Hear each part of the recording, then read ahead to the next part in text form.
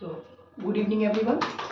तो आज हम लोग कवर करेंगे फीमेल में एक प्रॉब्लम होती है प्री मेंस्ट्रुअल सिंड्रोम। ये एक्चुअली MSN 2 है ना, BSc नर्सिंग थर्ड ईयर, उसका टॉपिक है, ठीक है ना।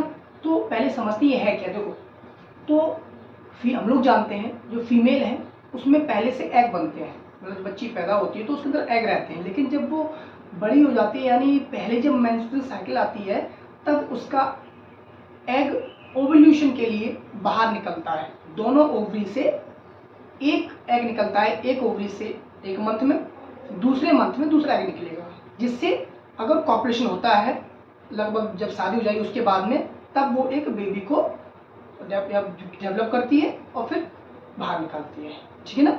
यानी तरीके से प्रेगनेंसी आ जाती है, ठीक है। तो पर इसी केस को लेके उसमें जो मेंस्ट्रुएशन आती है हर महीने, जिसमें एग का डेवलप होता है, एग बाहर निकलता है, बाहर मतलब यूट्रस में आता है या फिर ओवरी से बाहर फैलोपियन ट्यूब में आता है, तो उस समय कुछ फीमेल के अंदर ये प्री मेंस्ट्रुअल सिंड्रोम देखने को मिलता है। होता क्या है कि साइकिल आने से 1 या 2 वीक पहले उनको पेन होता है, दर्द होता है, मूड स्विंग रहता है, हेडेक रहता है, ब्लोटिंग होती है, समस्याएं आती हैं।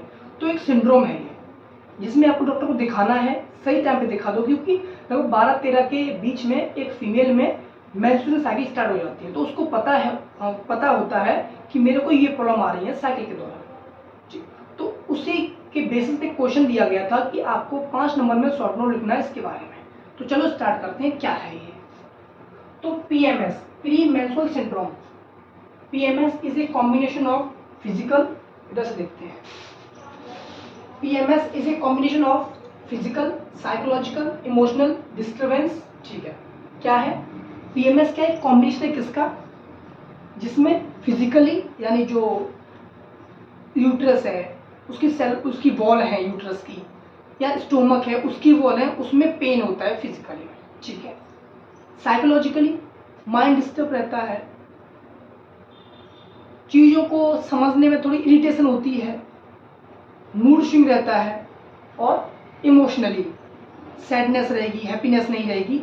इस तरीके के तीनों सिम्टम देखने को मिलते हैं किसमें, PMS में, ठीक। लाइन ये कह रही थी, PMS is a combination of तीनों disturbance that occur after women ovulation and it start from 1 to 2 week before menstruation. मतलब जैसा बताया था, मेंस्ट्रुएशन से 1-2 हफ्ते पहले फीमेल में, या ओवुलेशन से पहले फीमेल में ये चीज डिस्टर्बेंस देखने को मिलता है। तो ये हो गया क्या, PMS, ये डिफाइन हो गया। अब कॉज क्यों होता है ऐसा, तो सबसे पहला है हार्मोनल इम्बैलेंस। किसी वजह से फीमेल के अंदर जो हार्मोन निकलते हैं, एस्ट्रोजन प्रोजेस्टेरोन, उनमें कुछ समस्या आ जाती है, ठीक।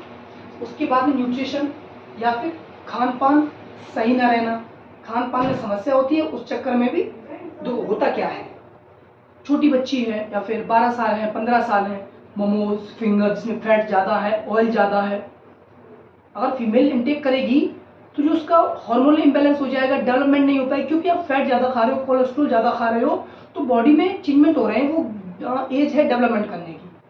तो इसलिए कहते हैं कि न्यूट्रिशन लगभग 8 से लेके 20 साल की एज में एक प्रॉपर मात्रा में प्रॉपर डाइट होनी चाहिए, अन्यथा अपनी बॉडी है प्रॉब्लम क्रिएट करेगी, क्योंकि मशीन है। अब मशीन को आप कुछ ना कुछ उल्टा सीधा देते रहोगे तो मशीन तो दिक्कत देगी ना। तो वही हो सकता है न्यूट्रिशन भी एक कारण रहा हो इस बीमारी का, या हो सकता है रहे, ठीक।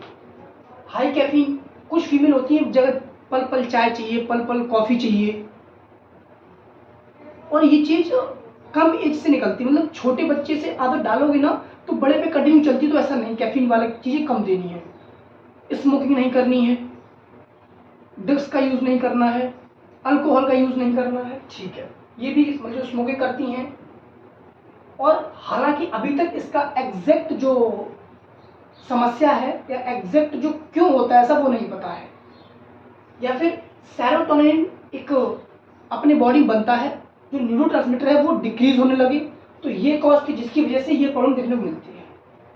साइनो सिम्टम की बात करें तो साइनो सिम्टम में जब पीरियड होगा, 1 या 2 दिन हो गया, उससे पहले 1 या 2 दिन ब्रीस्ट में स्वेलनेस रहेगी, टाइटनेस रहेगी, अनहैप्पीनेस रहेगा, सैडनेस रहेगी, वेट गेन होगा, इरिटेशन रहेगी, डिप्रेस रहेंगे, इचिंग हो सकती है, नींद नहीं आएगी, हेडेक हो सकता है। तो ये समस्याएं थी जो फीमेल में साइन और सिम्टम के रूप में इस बीमारी में उभर के आती हैं। तो इतना डिफाइन हो गई, कॉज हो गया, क्लिनिकल मैनिफेस्टेशन हो गया। अब बात करते हैं मैनेजमेंट की। तो मैनेजमेंट की बात करेंगे ना, तो मैनेजमेंट में लाइफ स्टाइल चेंज करनी है, मतलब मॉर्निंग में जल्दी उठना है, एक्सरसाइज करनी है, फ्रेश हवा लेनी है, टेंशन नहीं लेना है, तो हो सकता है किसी हद तक सुधार हो सके।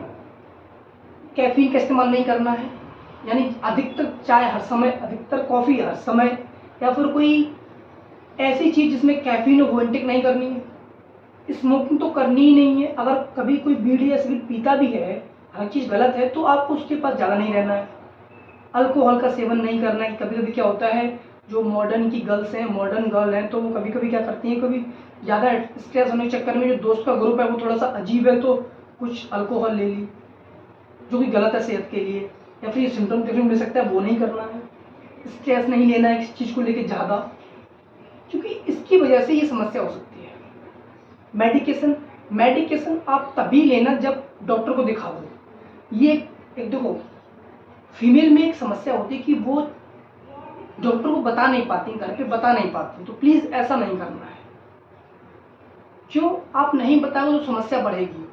तो कोशिश करो कि आप घर में या फिर कोई ऐसा हो जिसे आप अपनी बातें शेयर कर सकें, क्योंकि ये ऐसी कंडीशन है कि इसकी वजह से ही आप आए हैं धरती पे। और इसी चीज़ को छुपाओगे, नहीं बताओगे, तो आने वाला जो जनरेशन है उस पर इफेक्ट पड़ सकता है।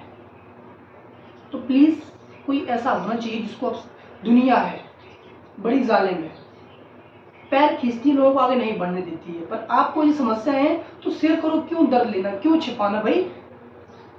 मेंस्ट्रुएशन साइकिल जो है सबको पता फीमेल में आती है, तो क्यों ना केयर की जाए। क्यों उसी से हम लोग आएंगे, उसी को केयर नहीं करोगे, उसी को छिपाओगे, तो आने वाला जो भविष्य है वो दिक्कत दे सकता है। तो इसलिए डॉक्टर को बताएं, वो कुछ दवाइयाँ देगा, आपको रिलीफ मिलेगी।